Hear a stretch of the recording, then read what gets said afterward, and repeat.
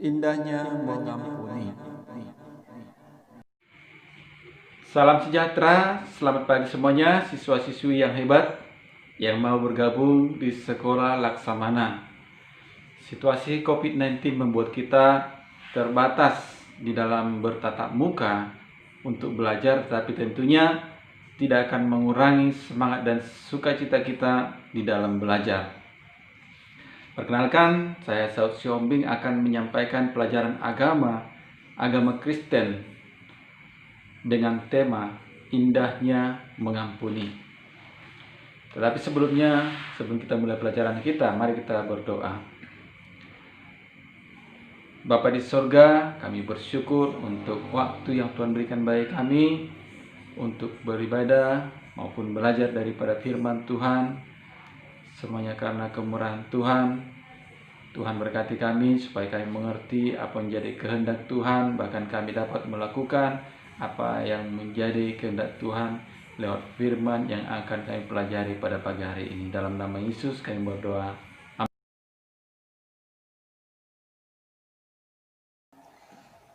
Judul pelajaran kita pada pagi hari ini adalah indahnya mengampuni. Mengapa dikatakan indah? Sementara banyak orang mengatakan bahwa mengampuni itu berat karena sudah terlanjur sakit hati, karena sudah merasa diperlakukan tidak adil, diperlakukan semena-mena, sehingga dia mengatakan sampai kapanpun tidak akan kuampuni dia. Dan banyak alasan-alasan lain yang menyatakan bahwa pengampunan itu berat. Sebenarnya ketika kita tidak mau mengampuni, itu berarti kita sedang mengikat diri kita dengan banyak beban. Mengikat diri kita dengan bibit-bibit penyakit. Dan tanpa kita sadari, kita sedang menyimpan sesuatu atau menyimpan yang namanya bom waktu, yang suatu saat pasti akan meledak. Pakar kesehatan mengatakan bahwa 75% penyakit bersumber dari pikiran atau suasana hati yang tidak tenang. Ayub pasal 5 ayat 2 mengatakan, sesungguhnya orang bodoh dibunuh oleh sakit hati dan orang bebal dimatikan oleh iri hati. Pasal 21 ayat 25 mengatakan, yang lain mati dengan sakit hati, dengan tidak pernah merasakan kenikmatan.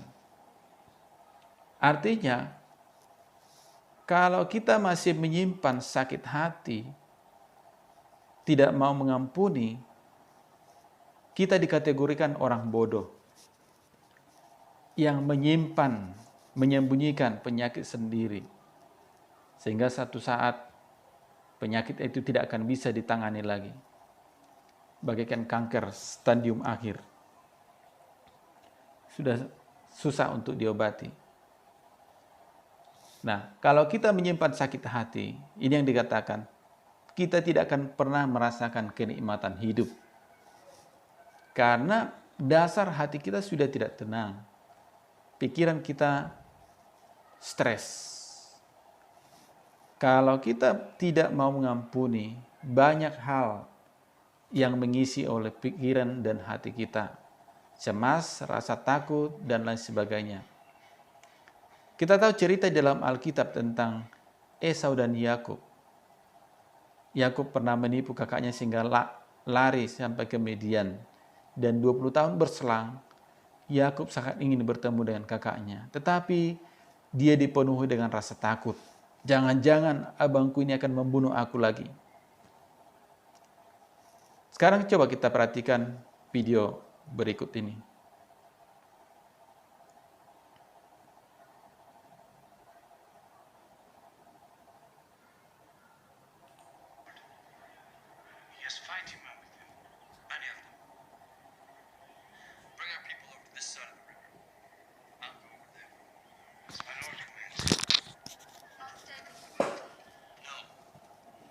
Stay with the others.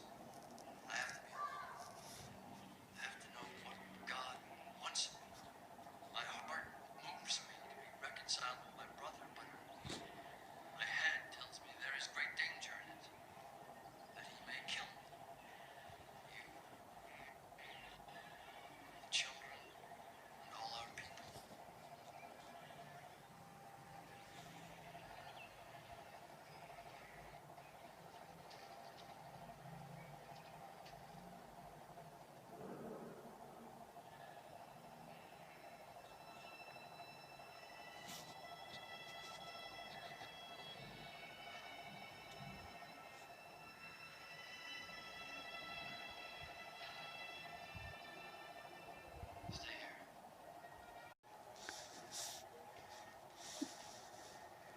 Memang mengampuni itu harus bayar harga.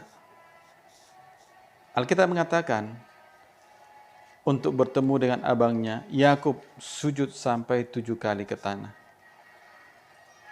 Tapi pada akhirnya kita lihat, mereka berpelukan, bahkan bertangis-tangisan. Suatu pertemuan yang sangat indah.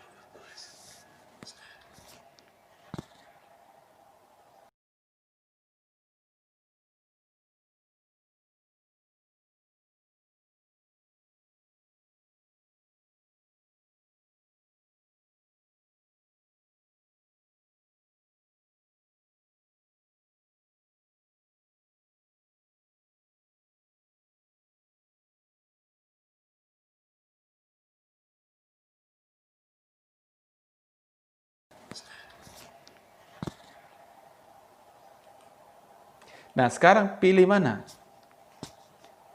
Mati karena sakit hati atau hidup tenang dan damai?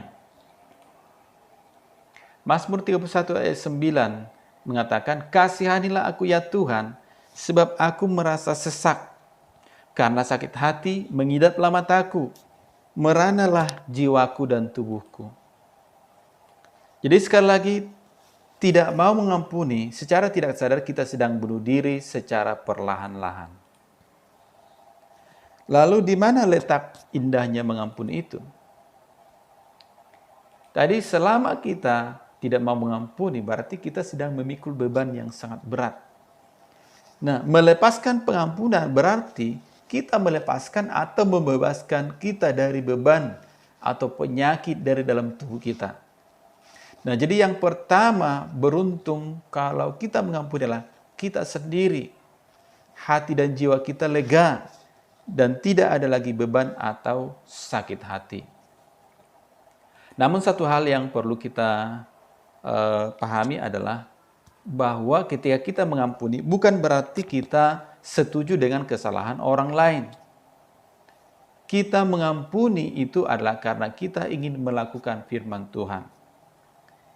Dan yang terutama, kita mengampuni adalah karena Tuhan sudah lebih dahulu mengampuni kita. Selanjutnya, kalau kita tidak mau mengampuni, maka kita pun tidak akan diampuni Tuhan. Itu berarti sia-sialah hidup kita, karena akan berakhir di neraka. Karena apa? Kita masih menyimpan dosa. Dan orang yang tidak kita ampuni pun akan masuk neraka juga. Tetapi kalau kita mengampuni orang lain, orang itu bisa masuk ke surga, kita pun masuk surga.